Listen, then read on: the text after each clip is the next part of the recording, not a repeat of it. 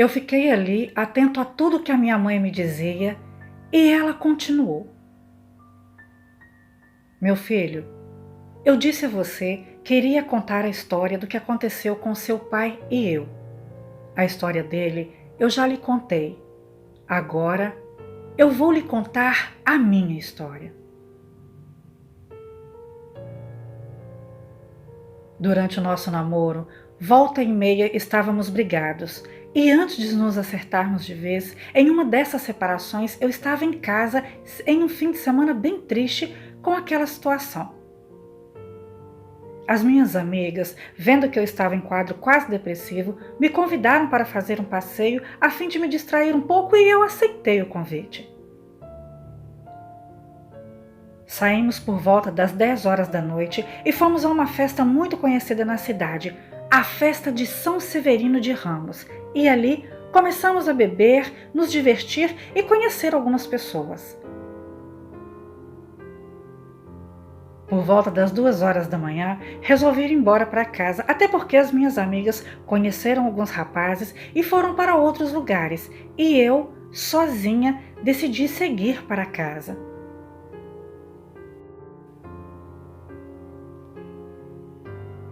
Uma de minhas amigas sugeriu que eu dormisse na casa dela, porém eu recusei sua oferta, até porque a cidade estava muito movimentada. Então, eu pensei que não houvesse problema algum de seguir para casa sozinha. A nossa casa era um pouco afastada e à medida que íamos caminhando, as pessoas iam entrando em suas casas e o movimento ia diminuindo, até que, quando faltavam mais ou menos uns 200 metros para eu chegar em casa, eu fiquei só.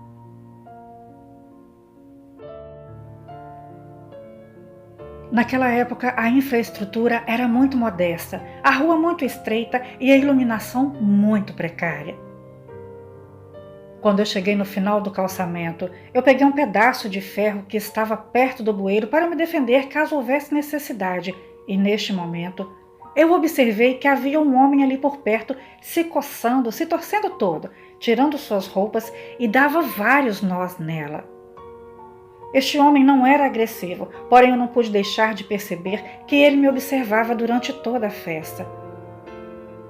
Ele começou a pular de um lado por outro, falava algumas coisas sem nexos e neste caminho tinha alguns despojos de animais, justamente em uma encruzilhada, e ele começou a rolar ali e a sua aparência foi ficando muito estranha. Quando eu vi aquilo acontecendo, eu logo pensei: ah, meu Deus, será possível? Este é o meu destino, estar sempre às voltas com esses bichos? E se realmente for o que eu estou pensando, o que eu vou fazer agora sem Gabriel comigo? E o Miguel também já não está mais entre nós para me defender. Aquele homem gritava, os cachorros de rua vinham para cima dele e os vizinhos, mesmo ouvindo aquilo, não abriam as portas, porque pensavam que poderia ser algum louco que estivesse na rua solta por causa da festa atacando as pessoas.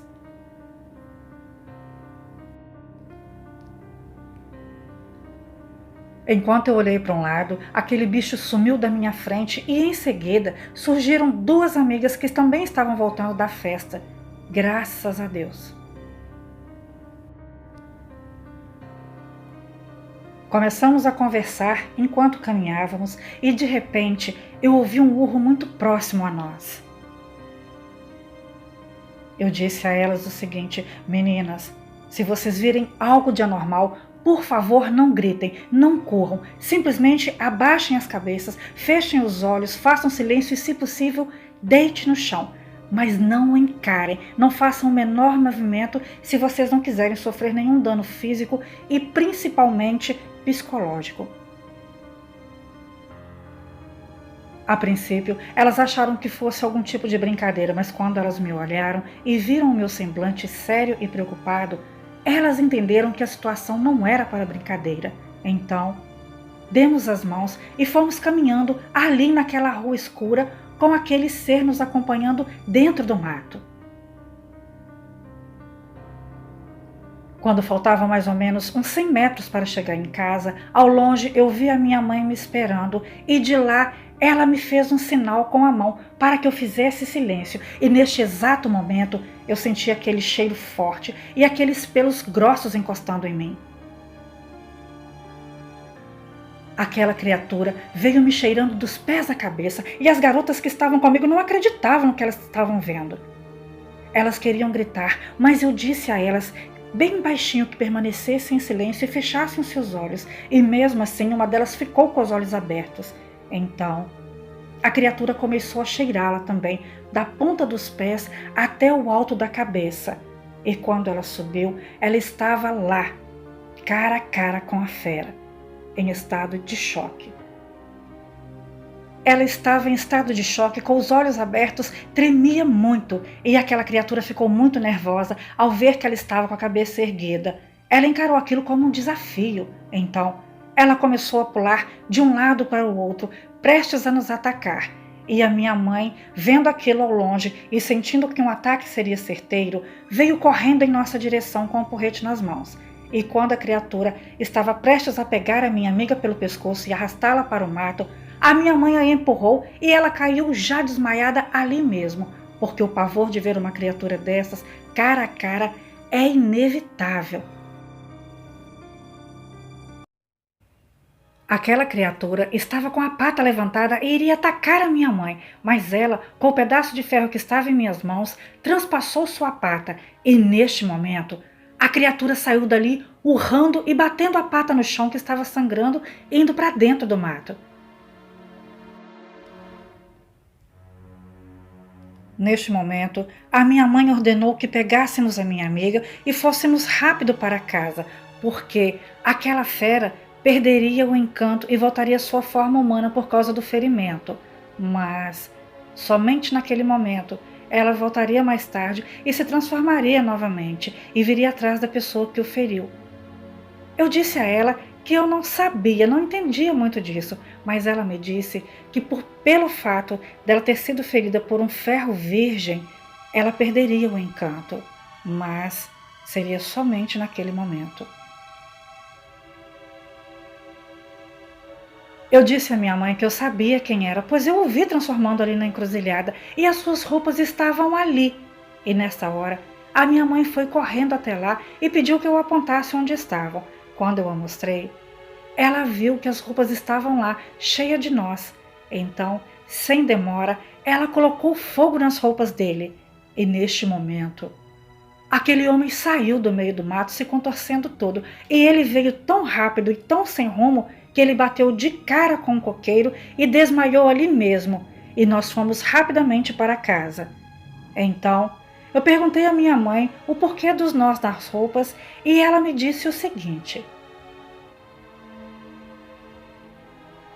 Filha, este homem é um lobisomem de feitiçaria e quando se transformam, eles dão nó nas roupas e no dia seguinte voltam na forma humana para buscá-las, desfazem os nós e procuram outro lugar para fazerem isso novamente. Você entendeu, meu filho? Para você se livrar desse lobisomem, só existem duas formas. Ou você o enfrenta e o mata, ou você encontra o lugar onde ele se transforma e desfaz o encanto. Eu continuei atento às palavras de minha mãe e perguntei para ela se por acaso Miguel não havia entregado nada à minha avó ou a ela quando ainda era vivo, porque para essa criatura perseguir a nossa família há vários anos, alguma coisa deveria estar acontecendo e ninguém percebeu até agora. E a minha mãe me disse assim: Meu filho, que eu me lembre, não, ele não nos deu nada, mas eu vou explicar a você o porquê dessa perseguição que vem há gerações, do jeitinho que o Miguel nos explicou. Ele nos disse que somos de uma linhagem de caçadores, pessoas fortes e destemidas, e essas feras sentem o cheiro do nosso sangue a quilômetros de distância. Eu vou usar uma metáfora para te explicar melhor como é. Você pega duas mangas, uma comum e uma manga espada. A comum pode até ter um certo sabor. Você pode até fazer um suco com ela, porque para comer ela não é muito boa e ainda assim você terá que adoçar esse suco para que ele fique bom. Mas a manga-espada, quanto mais madura, o seu cheiro é agradabilíssimo e basta lavá-la para comermos até com a casca de tão saborosa que é. Assim é a nossa árvore genealógica, filho. Somos de uma linhagem especial, o nosso sangue é forte e é sentido à distância. Como uma manga-espada, e a cada nova geração, nossa descendência tem sido mais forte, e o cheiro desse sangue exala muito longe até as narinas de onde quer que se encontre uma fera dessas. Infelizmente, meu filho, as gerações vindouras também passarão por isso. É inevitável. É o destino dos nossos filhos e dos filhos dos nossos filhos. Enquanto houver um sangue nosso sobre a terra, e principalmente se não for batizado, eles sempre virão atrás de nós.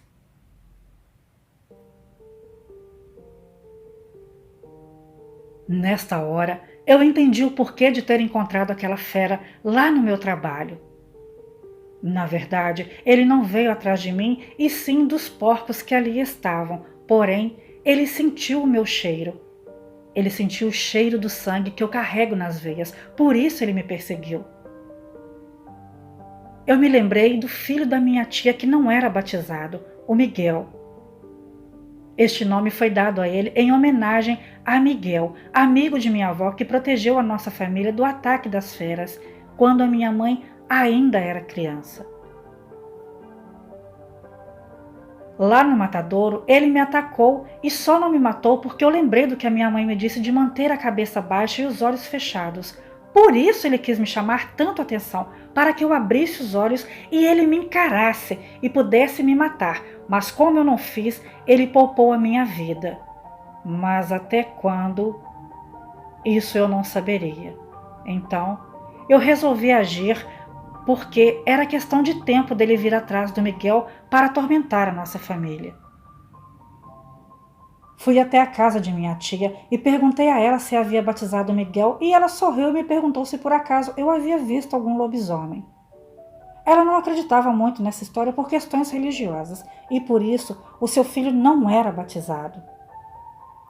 O que ela não fazia questão de entender é que quanto mais o tempo se passava e os descendentes iam crescendo, o cheiro do sangue ficava mais forte. Foi assim com minha mãe quando Miguel apareceu na sua infância. Ela ainda não era batizada, apesar de já ser crescidinha, e o Marcos só não atacou antes porque ele estava esperando que ela crescesse um pouco mais para que ele atacasse não só ela, mas também como todos da família. O Miguel, meu primo, estava com 15 para 16 anos de idade, então, já que a minha tia não o batizava, eu tive uma ideia para tentar impedir que a fera viesse até na sua família, e ele estava incluído em meus planos.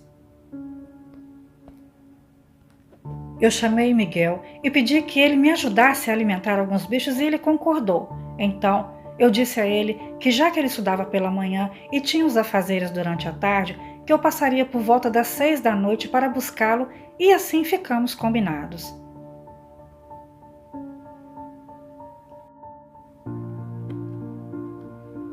Por volta das 6 da noite do outro dia, eu peguei uma bicicleta e fui até a casa da minha tia e apanhei o Miguel. Porém, no meio do caminho o pneu da bicicleta furou e fomos caminhando e conversando. Em um determinado ponto do caminho, observamos que vinha um homem correndo e ele se enfiou no meio da mata. Eu disse a Miguel que tomasse cuidado e ele sugeriu que corrêssemos, mas eu disse a ele que não, correr seria muito pior. Então, eu fiz um círculo ao nosso redor, urinei nos 4 pontos e ficamos ali esperando. Aquele homem se aproximou todo suado, muito sujo, rasgado e arranhado, e ele perguntou como fazia para sair daquele lugar. Eu indiquei a direção e perguntei o que ele estava fazendo ali naquela hora e por que ele estava daquele jeito. E ele me respondeu exatamente assim. Eu estava caçando cotias. Limpei algumas, improvisei uma pequena fogueira e coloquei para assar para eu comer. E enquanto eu estava ali esperando, apareceu um bicho muito estranho, um cachorro enorme de olhos amarelos, e ele pulou em cima da cotia, comeu e em seguida ele partiu para cima de mim. Ele me atacou, me arranhou e eu me defendi como pude, e quando eu consegui me livrar dele, cheguei perto do açude, porém ele me alcançou novamente, me puxou pela perna e me jogou onde eu estava, ali perto da fogueira. E então eu peguei um pedaço de pau que estava em brasas ainda e taquei naquele bicho bem no pescoço dele, e quando ele me soltou, eu corri para o açude e atravessei para o lado de cá a nado, e vim correndo e encontrei vocês aqui.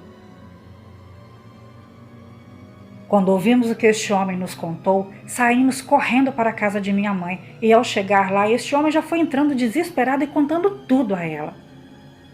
A essas alturas, já eram por volta de 7h20 da noite, e a minha mãe disse que ele estava por perto e viria atrás de nós. Eu a questionei se não era muito cedo, mas ela me disse que aquela criatura não tinha hora para atacar, então eu disse que esperaria um pouco mais, quem sabe ele não desapareceria. Por volta de umas 8h da noite, estávamos meu primo e eu jogando videogame, quando de repente ouvimos pancadas muito fortes na porta, e nesta hora minha mãe já correu para pegar o seu facão e eu também me armei de punhal. Aquela criatura ia batendo na porta sem parar, e eu vi a porta querendo cair e o reboco se soltando da parede, e de repente a porta veio ao chão.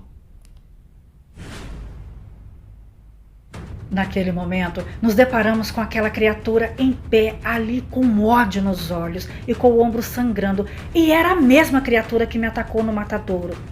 E quando ele nos viu ali, ele deu um rosnado diferente. É como se fosse prazeroso para ele em ver que estávamos todos ali, e partiu com tudo para cima do Miguel. Eu peguei o meu punhal e comecei a golpeá-lo pelas costas, e ele me pegou e fez um buraco na minha perna com suas garras, arranhou o meu peito e me jogou longe. Com isso, os pontos que ainda estavam no meu corpo se abriram, mas eu me levantei rapidamente e fui com tudo para cima dele. Foi um desespero enorme, eu e minha mãe lutando com aquela criatura e Miguel chorando desesperadamente. Ele me mordeu na perna e novamente me jogou longe, mas eu voltei a atacá-lo com todas as forças que ainda me restavam. Aquela fera partiu para cima da minha mãe e começou a atacá-la, e quando eu vi, eu fiquei cego de ódio, porque em minha mãe ninguém toca. Eu fui para cima dele com muito ódio, peguei o meu punhal e enterrei em suas costas até o cabo, e nessa hora ele deu um urro muito grande e saiu cambaleante para dentro do mato. E eu fui atrás dele. Dessa vez, eu não daria a ele a chance de nos atacar novamente. Eu peguei o facão que estava com minha mãe e gritei para ele: "Volte aqui! Isto não acabou." Aquele ser parou onde estava, virou para mim e abriu a boca ensanguentada e ficou me olhando. E eu, pela primeira vez, eu a encarei. Eu desafiei aquele ser a voltar, porque eu não correria mais dele. Isso tinha que acabar. Minha mãe, vendo que eu havia encarado a fera, abaixou a minha cabeça e me retirou de lá enquanto ele ia embora. Ela me levou para dentro e começou a tratar as minhas feridas com compressas de aroeira e chás. Cansado e com muita dor, eu adormeci, mas eu sabia que aquilo não havia acabado.